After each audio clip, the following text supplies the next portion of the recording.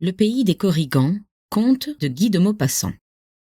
Ce n'est point de la scène de l'opéra que je veux vous parler, de ces planches inclinées devant les rochers peints, ou de petits Corrigans en maillot pirouette en face d'abonnés respectables et chauves, qui s'offrent, pendant l'entr'acte, le plaisir de saluer des êtres fantastiques moins sauvages que leurs pères, nés sur la lande bretonne.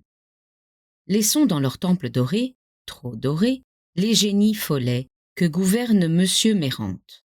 Et allons là-bas, dans cette contrée sauvage et superbe où la superstition flotte encore, comme les brouillards, au lever du soleil, chassés des plaines, fondus, évaporés partout, restent longtemps suspendus au-dessus du marais dont ils étaient sortis. La Bretagne est le pays des souvenirs persistants. À peine en a-t-on foulé le sol qu'on vit dans les siècles passés. Le combat des 30 est d'hier. Vous doutez que du Guesclin soit mort? Et dans les environs de Quiberon, le sang des Chouans massacrés n'a point séché. J'avais quitté Vannes le jour même de mon arrivée, pour aller visiter un château historique, Sussigno, et, de là, gagner Locmariaquer, puis Carnac, et, suivant la côte, Point-l'Abbé, Penmâche, la Pointe du Raz, Douarnenez. Le chemin longeait cette étrange mer intérieure qu'on appelle le Morbihan, si pleine d'îles que les habitants les disent aussi nombreuses que les jours de l'année. Puis je pris à travers une lande illimitée, entrecoupée de fossés pleins d'eau, et sans une maison, sans un arbre, sans un être, toute peuplée d'ajoncs qui frémissaient et sifflaient sous un vent furieux, emportant à travers le ciel des nuages déchiquetés qui semblaient gémir. Je traversai plus loin un petit hameau où rôdaient, pieds nus, 3 paysans sordides et une grande fille de 20 ans, dont les mollets étaient noirs de fumier. Et, de nouveau, ce fut la lande, déserte, nue, marécageuse, allant se perdre dans l'océan, dont la ligne grise, éclairée parfois par des lueurs d'écume, s'allongeait là-bas, au-dessus de l'horizon. Et, au milieu de cette étendue sauvage, une haute ruine s'élevait, un château carré, flanqué de tours, debout, là, tout seul, entre ces 2 déserts, la lande où siffle l'Ajon, la mer où mugit la vague. Ce vieux manoir démantelé, qui date du XIIIe siècle, est illustre. Il s'appelle Sussigno. C'est là que naquit ce grand connétable de Richemont qui reprit la France aux Anglais. Plus de portes. J'entrai dans la vaste cour solitaire, où des tourelles écroulées font des amoncellements de pierres, et, gravissant des restes d'escalier, escaladant les murailles éventrées, m'accrochant aux lierres, aux quartiers de granit à moitié descelés, à tout ce qui tombait sous ma main, je parvins au sommet d'une tour, d'où je regardais la Bretagne. En face de moi, derrière un morceau de plaine inculte, l'océan sale et grondant sous un ciel noir. Puis, partout, la lande. Là-bas, à droite, la mer du Morbihan, avec ses rives déchirées. Et, plus loin, à peine visible, une tache blanche illuminée, Vannes, qu'éclairait un rayon de soleil, glissé on ne sait comment entre 2 nuages.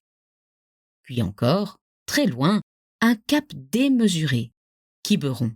Et tout cela, triste, mélancolique, navrant. Le vent pleurait en parcourant ces espaces mornes. J'étais bien dans le vieux pays hanté. Et, dans ces murs, dans ces ajoncs ras et sifflants, dans ces fossés où l'eau roupie, je sentais rôder des légendes. Le lendemain, je traversais Saint-Gildas, où semble errer le spectre d'Abélard. À Port-Navalo, le marin qui me fit passer le détroit me parla de son père, un Chouan, de son frère aîné, un Chouan, et de son oncle, le curé, encore un Chouan, morts tous les 3. Et sa main tendue montrait Quiberon. À Locmariaquer, j'entrai dans la patrie des druides. Un vieux breton me montra la table de César, un monstre de granit soulevé par des colosses. Puis, il me parla de César comme d'un ancien qu'il avait vu. Et tout le monde là-bas ressemble à ce paysan, car en cette contrée, l'écho des grands noms ne s'affaiblit jamais. Enfin, suivant toujours la côte entre la lande et l'océan, vers le soir, Du sommet d'un tumulus, j'aperçus devant moi les champs de pierres de Karnak. Elles semblent vivantes, ces pierres, alignées interminablement, géantes, ou toutes petites, carrées, longues, plates, avec des figures de grands corps minces ou de gros ventres. Quand on les regarde longtemps, on les voit remuer, se pencher, vivre. On se perd au milieu d'elles. Un mur parfois interrompt cette foule humaine de granit. On le franchit, et l'étrange peuple recommence, planté comme des avenues, espacés comme des soldats, effrayants comme des apparitions. Et le cœur vous bat, l'esprit malgré vous s'exalte, remonte les âges, se perd dans les superstitieuses croyances. Comme je restais immobile, stupéfait et ravi, un bruit subit derrière moi me donna une telle secousse de peur inconnue que je me mis à halter, et un vieux homme vêtu de noir, avec un livre sous le bras, m'ayant salué, me dit : « Ainsi, monsieur, vous visitez notre Karnak ?» Je lui racontai mon enthousiasme et la frayeur qu'il m'avait faite. Il continua : « Ici, monsieur, il y a dans l'air tant de légendes que tout le monde a peur sans savoir de quoi. Voilà 5 ans que je fais des fouilles sous ces pierres. Elles ont presque toutes un secret. Et je m'imagine parfois qu'elles ont une âme. Quand je remets les pieds au boulevard, je souris, là-bas, de ma bêtise. Mais quand je reviens à Karnak, je suis croyant inconscient, sans religion précise, mais les ayant toutes. Et frappant du pied : Ceci est une terre de religion. Il ne faut jamais plaisanter avec les croyances éteintes, car rien ne meurt. Nous sommes, monsieur, chez les druides. Respectons leur foi. Le soleil, disparu dans la mer, avait laissé le ciel tout rouge, et cette lueur saignait aussi sur les grandes pierres, nos voisines. Le vieux sourit. Figurez-vous que ces terribles croyances ont en ce lieu tant de force que j'ai eu, ici même, une vision, que dis-je, une apparition véritable. Là, sur ce dolmen, un soir à 7 heures, j'ai aperçu distinctement l'enchanteresse Coridwen, qui faisait bouillir l'eau miraculeuse. Je l'arrêtai, ignorant quelle était l'enchanteresse Coridwen. Il fut révolté de mon ignorance. Comment ? Vous ne connaissez pas la femme du dieu U et la mère des Corrigans ? Non, je l'avoue. Si c'est une légende, contez-la moi. Je m'assis sur un menhir à son côté. Il parla. Le dieu U, père des druides, avait pour épouse l'enchanteresse Coridwen. Elle lui donna 3 enfants, Morvro, Cresviou, une fille, la plus belle du monde, et Avranc II, le plus affreux des êtres. Coridwen, dans son amour maternel, voulut au moins laisser quelque chose à ce fils si disgracié, et elle résolut de lui faire boire de l'eau de la divination. Cette eau devait bouillir pendant 1 an. L'enchanteresse confia la garde du vase qui la contenait à un aveugle nommé Morda et au nain Guillou. L'année allait expirer, quand les 2 veilleurs, se relâchant de leurs ailes, un peu de la liqueur sacrée se répandit, et 3 gouttes tombèrent sur le doigt du nain, qui, le portant à sa bouche, connut tout à coup l'avenir. Le vase aussitôt se brisa de lui-même, et Coridwen, apparaissant, se précipita sur Guillou, qui s'enfuit. Comme il allait être atteint, pour courir plus vite, il se changea en lièvre. Mais aussitôt l'enchanteresse, devenant lévrier, s'élança derrière lui. Elle allait le saisir sur le bord d'un fleuve, mais, prenant subitement la forme d'un poisson, il se précipita dans le courant.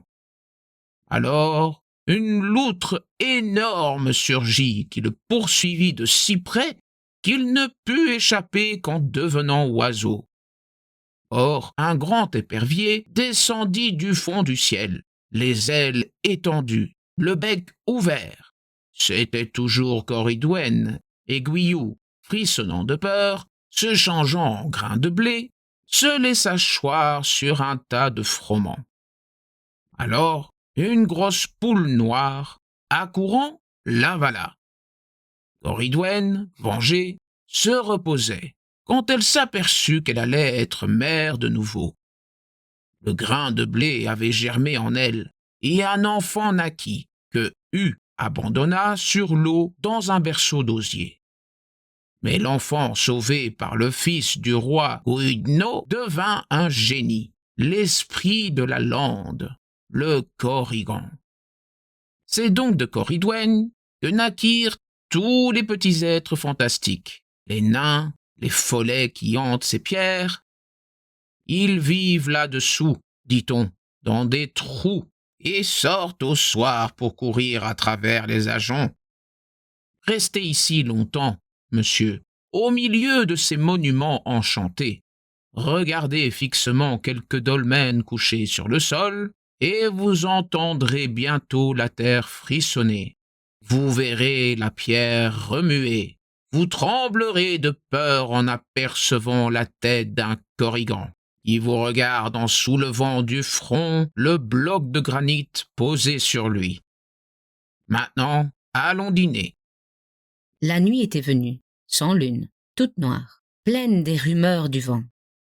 Les mains étendues, je marchais en heurtant les grandes pierres dressées. Et ce récit, le pays, mes pensées, tout avait pris un ton tellement surnaturel que je n'aurais point été surpris de sentir courir tout à coup un Corrigan entre mes jambes.